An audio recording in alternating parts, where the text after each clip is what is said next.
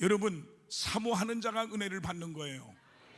부평성전에 이인옥 권사님이라고 계시는데 세 자매예요. 큰언니도 권사님이고 둘째는 여전사님이고 셋째는 우리 교회 권사님이었는데, 제가 기도원 집회를 할 때 이 큰언니가 갑상선 암에 걸려가지고 5개인가 큰, 이 암도 갑상선 암은 좋은 암이, 이쁜 암이 있고 나쁜 암이 있어요. 나쁜 암에 걸려서 서울대학병원에서 수술 날짜를 잡고 이제 낙심이 되고 절망이 돼서 좌절 가운데 기도원에 올라왔다가 말씀에 은혜 받으려고 갔더니 제가 설교를 하더래요. 자기 둘째 권사님이 다니는 교회 담임 목사님이 말씀을 전하는데 말씀을 듣다가 이분이 성령의 불을 받고, 할렐루야, 방언이 터지고 그냥 코카콜라, 펩시콜라, 짜장면, 짬뽕을 찾아가면서 은혜를 받고 뒤집어져서 부르짖어 기도하다가 갑상선이 깨끗하게 고침받았어요. 그래서 이 교회 입당하는 날 세 자매가 와서 우리 집사람이 다 행사가 끝났는데 현관에서 감사한금을 들고 기도받으려고 오셨다는 거예요. 그래서 현관에서 축복 기도를 하고 갔습니다. 여러분, 오늘 또 살아계신 주님을 만나고 가시기 바랍니다. 세계적인 신학자요 목회자였던 존 스타트 목사님은 예수님의 부활에 대해서 이렇게 말했습니다. 우리는 살고 죽는다. 그러나 그리스도는 죽으시고 사셨다. 또한 종교学자 마틴 루터는 주님은 부활의 약속을 성경에만 기록한 것이 아니다. 봄날의 모든 잎사귀에도 기록하셨다 그랬어요.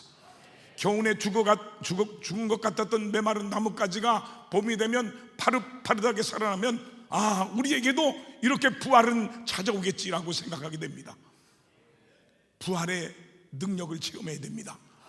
몇 년 전 겨울에 비서 목사가 얘기를 하는 거예요. 우리 교회 청라성전에 염정도 난수 입사님 계시는데 박옥수 원사님이라고 서울 조카 며느리가 갑자기 집에서 일하다가 심장마비를 일으켜서 강동 섬신병원에 입원했는데 내가 30%밖에 살지 않았답니다. 죽은 시체로 누워있는데 저보고 와서 한 번만 기도해 주면 좋겠다는 거예요. 기도하면 살겠다는 거예요. 근데 예수도 안 믿는 사람이야. 그래서 내가 서울까지 한번 갔다 오려면 하루가 품미는 거예요. 그래서 투덜거려서 솔직히 얘기해서 예수도 안 믿는 사람이고 내 양도 찾아다니기 바쁜데 거기까지 내가 어떻게 가나. 그러다가 안 가자니 시험 들 것 같고 가자니 짜증나고 그래도 갔어요. 갔더니 교구 담임 목사님이 대기하고 있고 내가 온다니까 교구 전사님이 대기하고 목양 장로님이 대기하고 지역장 권사님이 대기하고 있었어요. 중환자실에 들어갔더니 최선아라는 자매인데 36살 먹은 자매인데 죽은 시체로 이쁘게 생긴 자매가 시체처럼 누워있는 거예요. 그래서 위로가 된다면 잘했구나. 그리고 간절히 기도하는데 옆에서 어린애만 둘이 있는데 남편이 그러는 거야. 아무개 엄마 목사님이 오셨어. 눈 좀 떠봐. 그리고 전 기도하고 나왔는데요. 목사 솔직히 투덜투덜거리면서 왔지만 목사의 기도가 위로가 됐다면 잘했구나. 그러고 왔는데 살아났어. 살아나가지고 우리가 여기 총동원 주일날 와가지고 행운권 추첨을 했는데 당첨이 됐어. 그래서 총속이 다 갔어. 예수 부활의 능력을 믿으시기 바랍니다. 살아계신 주님의 능력을 믿으시기 바랍니다. 부활은 생명인 것입니다. 믿는 자에게 역사하는 겁니다. 여러분, 우리 예수님은 사망 권세를 깨뜨리시고 다시 사셨습니다. 우린 살아계신 주님을 믿습니다. 그분의 능력을 믿습니다. 우리 주님은 지금도 살아계십니다. 부활을 믿는 자에게 하나님은 역사하십니다. 그래서 우리 기독교는 생명이 있고 구원이 있고 영생이 있는 것입니다. 고린전서 15장 20절에 보니까 그리스도께서 죽은 자 가운데서 다시 살아나사 잠자는 자들의 첫 열매가 되셨다고 그랬습니다. 오늘 부활절 연합예배를 드리는 서구의 모든 성도들은 다시 사시고 부활하신 주님을 만나고 체험하길 바랍니다. 그래서 절망을 이기고 할렐루야 소망을 회복하고 다시 한번 성령으로 마음이 뜨거워져서 무기력한 자리에서 일어나 강하고 담대하게 능력 있는 삶을 살기를 주님의 이름으로 축원합니다. 그래서 살아계신 주님을 모르는 사람은, 부활의 주님을 모르는 사람은 낙심과 절망 가운데 살아갑니다. 오늘 본문 16절로 13절로 16절에 보면 엠마오로 내려가는 제자들이 예수님의 부활을 믿지 못했습니다. 의심했습니다. 예수님께서 십자가에 달려 돌아가셨을 때 절박하고 좌절한 사람들이 바로 제자들입니다. 그들은 자신의 생애를 예수님께 맡겨도 좋겠다는 확신이 있어서 3년 동안이나 예수님을 따라다니면서 훈련을 받았습니다. 제자들은 예수님께서 각종 질병을 고치시고 죽은 자를 살리는 여러 가지 기적과 이적을 두 눈으로 봤습니다. 그래서 그들은 이제 자신들의 찬란한 미래를 꿈꾸게 됐습니다. 권세와 능력 있는 예수님을 모시고 있기에 자신들의 출세는 이미 보장된 것이라고 생각했습니다. 그런데 어느 날 모든 희망이 한순간에 물거품처럼 사라졌습니다. 그들은 예수님께서 자신들의 눈앞에서 한없이 힘없이 무능한 모습으로 로마 병정에게 끌려가서 비참하게 십자가에서 돌아가시는 것을 봤기 때문입니다. 그러자 그들에게는 더 이상 기대와 소망이 없어졌습니다. 그렇게 믿고 믿었던 예수님께서 저 십자가 위에서 무기력하게 돌아가시자 그들은 슬픔과 좌절과 절망에 빠졌습니다. 오늘 본문 17절에 보니까 예수께서 이르시되 너희가 길 가면서 서로 주고받고 하는 이야기가 무엇이냐 하시니 두 사람이 슬픈 빛을 띠고 머물러 서더라 그랬어요. 엠마오로 내려가던 두 제자들은 슬픔과 함께 깊은 절망과 좌절에 빠져서 삶의 의욕을 잃어버렸습니다. 제자들은 이제 모든 것을 포기한 채 낙심과 절망 가운데 예루살렘을 떠나기로 작정하고 예루살렘으로부터 약 10km가 떨어진 엠마오라는 시골 마을로 가고 있었습니다. 이제 그들은 모든 것이 끝났다고 생각하기 때문에 더 이상 예루살렘에 머물 이유가 없었습니다. 그들은 마음속에 슬픔과 절망과 좌절에 빠진 것입니다. 예수님을 3년씩이나 따라다니면서 수많은 기적과 이적과 은혜를 체험한 그들이지만 지금은 살아계신 주님은 체험하지 못하고 절망과 좌절과 낙심 속에 빠져 있습니다. 사랑하는 서구 성도 여러분, 우리는 어떻습니까? 지금도 살아계신 주님을 여러분의 삶 속에 체험하고 느끼며 살아가고 있습니까? 예수를 믿고 구원받고 교회 출석하면서도 늘 근심 걱정이 끊어지지 않고 자주 낙심하고 절망하고 좌절한다면 그 원인은 살아계신 주님을 항상 만나지 못하고 체험하지 못했다는 증거입니다. 사랑하는 성도 여러분, 오늘날 너무나 많은 사람들이 절망 속에 살아가고 있습니다. 전쟁에서 죽은 사람보다 전쟁의 공포와 두려움 때문에 절망하고 좌절해서 죽은 사람이 더 많다고 합니다. 절망은 이처럼 무서운 것입니다. 절망은 사람을 무기력하게 만듭니다. 바른 성경 잠언서 15장 13절에 보니까 마음이 즐거우면 얼굴도 밝아지나 마음의 슬픔은 심령을 상하게 한다 그랬습니다. 독일의 유명한 신학자요 목회자였던 보네퍼 목사님은 부활절을 아는 사람은 절망할 수 없다라고 했습니다. 여러분, 우리는 살아계신 주님을 믿습니다. 그러므로 부활하신 예수님 그리고 다시 사신 예수님 안에서 낙심과 절망을 쫓아내시고 부활의 주님을 의지함으로 참된 소망이 넘치기를 주님의 이름으로 축원합니다. 그러므로 우리는 살아계신 부활의 주님을 반드시 만나야 됩니다. 목사도 만나야 되고 시장님도 만나야 되고 우리 국회의원도 만나야 되고 교육감님도 만나야 되고 구청장님도 만나야 되고 여러분도 만나야 될 줄 믿습니다. 오늘 본문 25절 27절에 보니까 부활하신 주님은 절망에 빠진 제자들에게 먼저 찾아오시고 확신 없는 제자들에게 찾아오셨습니다. 그리고 그들에게 확신을 심어주셨습니다. 그 마음이 뜨거워지게 하셨습니다. 이것이 바로 은혜요 사랑인 것입니다.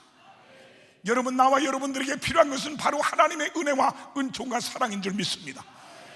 오늘 본문 30절로 32절에 보니까 그들과 함께 음식을 잡수실 때 떡을 가지사 축사하시고 떼어 그들에게 주시니 그들의 눈이 밝아져서 그인 줄 알아보더니 예수는 그들에게 보이지 아니하신지라.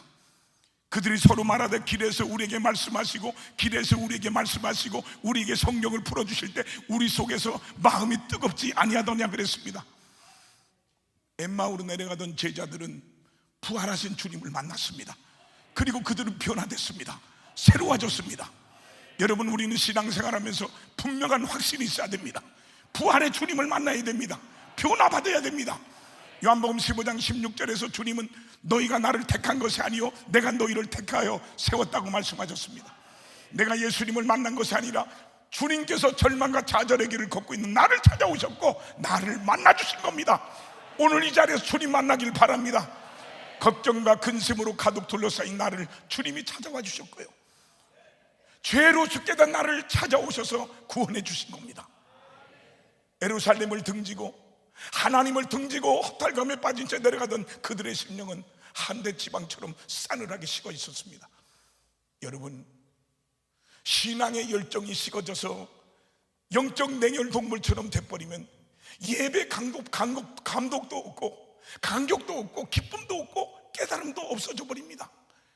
그런데 주님은 제자들의 식은 가슴에 불을 던져주셨습니다. 불을 던져주셨습니다. 오늘 본문 32절에 그들이 서로 말하되 길에서 우리에게 말씀하시고 우리에게 성령을 풀어주실 때 우리 속에서 마음이 뜨겁지 아니하더냐. 주님은 그들의 영혼 속에 불을 질러주셨습니다. 우리들의 식은 가슴에도 불이 붙어야 합니다. 뜨거운 마음이 지속돼야 됩니다. 성령의 은혜가 넘쳐야 됩니다. 우리가 예수님을 만날 때는 하나님 말씀을 들을 때요, 그때 우리의 마음이 뜨거워지는 것입니다. 사도행전 2장에 보면 베드로 사도를 통해서 하나님 말씀이 선포될 때 3,000명의 마음이 뜨거워져서 회개하고 주께로 돌아왔습니다. 여러분, 하나님 말씀이 내 속에 살아있어야 내 마음이 뜨거워집니다. 여러분의 신앙이, 여러분의 마음이 뜨겁지 않고 미지근하여 무기력한 사람을 살고 있지는 않습니까? 여러분 속에 있는 이 기쁨이나 감사나 감격이 식어지지 않았습니까? 여러분의 마음이 냉랭해지고 그 뜨겁던 열심이 없어지지 않았습니까? 한국교회가 왜 이렇게 됐습니까? 그렇다면 여러분 마음속에 지금 하나님의 말씀이 살아 역사하고 있지 않다는 것을 알아야 됩니다. 그럼 우리는 어떻게 해야 됩니까? 주님의 말씀을 들어야 됩니다. 주님의 말씀을 사모해야 됩니다. 말씀이 없으면 주님이 내 속에 계시지 않습니다. 우리 주님이 떠나가시면 우리는 힘과 능력을 다 잃어버리고 맙니다. 말씀이신 주님을 모시고 살아야 우리의 마음이 뜨거워집니다. 은혜로운 인생이 삽니다. 축복된 인생을 삽니다. 능력 있는 인생을 삽니다. 하나님이 인도해주는 인생을 삽니다. 오늘 본문 33절로 35절을 보십시오. 그때로 일어나 예루살렘에 돌아가 보니 11 제자 및 그들과 함께한 자들이 모여있어 말하기를 주께서 과연 살아나시고 시몬에게 보이셨다 하는지라. 두 사람이 길에서 된 일과 예수께서 떡을 떼심으로 자기들에게 알려주신 것을 말하더라 그랬어요. 여러분, 예수님을 만나면 가는 길이 달라집니다. 마귀를 만나면 마귀가 이끄는 길을 가게 됩니다. 그러나 예수님을 만나면 예수님이 곧 길이기 때문에 생명의 길을 가게 되고 영생의 길을 가게 되고 축복의 길을 가게 되고, 아멘 할 때까지 해볼까요? 은혜의 길을 가게 될 줄 믿습니다. 예수님 만나기 전에는 그 입에서 한숨 소리가 새어나왔고 절망과 좌절의 소리가 터져나왔지만, 부활하신 예수님을 만난 후 그들은 기쁨이 충만해서 환난과 핍박이 있는 예루살렘으로 돌아와 부활하신 예수님을 길에서 만났다고 두려움 없이 담대하게 증거했습니다. 이것이 살아계신 주님을 만난 성도의 모습이요, 마음이 뜨거워진 성도가 가지는 담대한 신앙입니다. 살아계신 주님을 만난 성도는 담대해집니다. 죽은 예수가 아니라 살아계신 예수님을 만나서 체험하고 동행했기 때문입니다. 그들이 부활의 예수님을 만난 후 희미했던 믿음이 확실해졌습니다. 더디 믿던 그들의 신앙이 철두철미한 신앙이 됐습니다. 그래서 그들은 부활의 주님을 증거할 수 있었습니다. 예수님을 만났던 제자들처럼 우리도 오늘 여기서 살아계신 주님을 만나시기 바랍니다. 그래서 가는 길이 달라지고 말이 달라지고 믿음이 달라져야 됩니다. 여러분의 삶이 변화되어야 됩니다. 어느 날 새 가족이 등록을 했는데, 보통 우리 부목사님들이 신방을 하는데 저한테 특별한 상담이 있거나 문제가 있을 때 요청하면 제가 갑니다. 그 신방을 갔어요. 갔더니 제가 10분에 그냥 아주 은혜롭게 말씀을 딱 전하고 통성기도까지 해서 딱 끝냈어요. 그랬는데 이분이 얼굴이 빨개지면서 헐레기가 있대요. 그래서 해보라 그랬더니 30분을 하는 거야. 난 10분에 끝냈는데. 저 검암동에 살다가 청라 아파트 사갖고 이사를 오셨어요. 이분이 저 검암동에서 반찬 가게를 했는데 별의별 사람들이 다 온대요. 의사도 오고 교수도 오고 목사님도 오고 학생도 오고 주부도 오고 점쟁이도 오고 무당도 오는데, 어느 날 무당이 와가지고 그러더래요. 자기가 운수점을 잘 치는데 운수점을 봐주겠다 그러더래요. 그래서 괜찮다 그래도 자꾸 봐주겠다 그러더래. 그래서 봤는데 자기 아들이, 우리 이 성도님 아들이 하나인데 대한항공에 있는데 그 아들이 죽을 운세라 그러더래. 그때부터 밤에 늦게만 오면 사고 나서 죽은 건 아닌가, 근심이 되고 걱정이 되면서 우울증이 저 불면증이 와서 잠을 못 자고 나중에 공황장애가 와서 이러다 말고 가슴을 쥐고 주저앉았답니다. 그런데 우리 청나로 이사 와서 첫 주에 딱 등록했더니 제가 그러더래, 맡겨라 그러고 설교하더래. 이분이 은혜를 받았어. 둘째 주에 딱 갔더니 믿어라 그렇게 설교하더래. 이분이 또 은혜를 받았어. 셋째 주에 딱 갔더니 감사해라 그러더래. 그리고 자기가 은혜 받은 다음에 살아계신 주님 만났더니 치료가 되고 깨끗이 나은 줄 믿습니다. 그분이 지금 여기 손gat에 서 있지? 문지연 권사님, 우리에게 권사님이 되셨습니다. 저기 있잖아요, 저기 손 드는 분. 근데 참 신기합니다. 이번 주에 어떤 예화를 쓸까 기도하고 있었는데 했더니요, 그 아들이 소집사님이 대한항공 수입 화물팀 감독이었는데 수석 감독으로 진급이 됐어요. 여러분, 나와 여러분은 매 순간 부활의 주님을 반드시 만나야 됩니다. 그리고 부활의 확신을 가지고 담대하게 항상 뜨거운 부활 신앙으로 승리하는 삶을 살기를 주의 이름으로 축원합니다. 그럼 이제 우리 할 일이 뭡니까? 오늘 본문에 보니까 부활하신 주님을 만난 제자들은 그 즉시 일어나서 예루살렘으로 달려가서 이 복된 소식을 전했습니다. 주님을 만나서 뜨거운 신앙이 된 성도는 이제 삶의 방향이 달라져야 될 줄 믿습니다. 믿습니까? 낙심하고 절망한 자리에 주저앉지 말고 한국교회가 서구교회가 서구교회 성도들이 일어나 복음을 전해야 될 줄 믿습니다. 믿습니까? 믿습니까? 부활하신 주님을 만나니까 인생이 바뀌는 거예요. 삶의 방향이 정해지는 거예요. 목적 있는 삶을 살게 되는 거예요. 그건 살아계신 주님을 전하는 삶을 살게 되는 거예요. 절망하던 사람이 소망을 갖게 되고요, 낙심하던 제자들이 새힘을 얻게 되고요, 내리막길을 걷던 인생이 오르막길로 가게 되는 겁니다. 사랑하는 성도 여러분, 오늘 여러분들이 부활의 주님을 만나길 바랍니다. 마가복음 16장 15절에 보니까 너희는 온 천하에 다니면서 만민에게 복음을 전파하라 그랬어요. 여러분이 잘 아는 신화적인 거부 록펠러가 있습니다. 그는 43살에 미국 최고의 갑부가 됐습니다. 53세에 세계 최고의 부자가 됐습니다. 그런데 불행하게도 그에게는 병이 들었어요. 알로피시아 병이라는 병이 들었어요. 눈썹이 빠지고 손톱이 빠지고 발톱이 빠졌어요. 음식을 먹으면 오바이트가 하고 다 토해냈어요. 비스켓도 못 먹었어요. 몸은 앙상하게 말라가는 병에 걸렸어요. 의사는 1년 이상 살 수 없다고 진단했습니다. 밤마다 불면증과 통증으로 고통스러워서 잠을 이룰 수가 없었어요. 돈이 있지만 고칠 수가 없었습니다. 세상적인 명예는 높았지만 고칠 수가 없었습니다. 어느 날 밤 너무 고통스러워서 잠 못 이루다가 침대 밑에 내려와서 하나님께 부르짖어 기도합니다. 하나님 살려주세요. 여러분 위기를 만났습니까? 살아계신 하나님 부활의 주님께 부르짖길 바랍니다.